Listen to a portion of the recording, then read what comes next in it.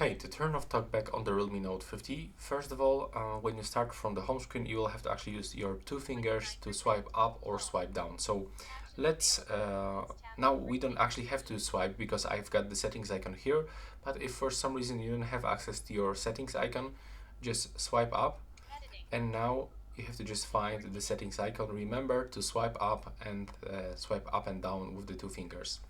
Now if you want to select something, you have to just click on it and then quickly double tap. If it doesn't work, just repeat.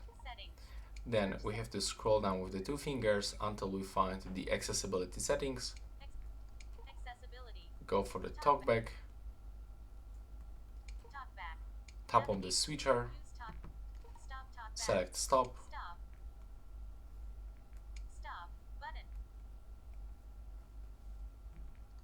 And as you can see right now, it's actually finished. So that's all for this video. Right now, please subscribe.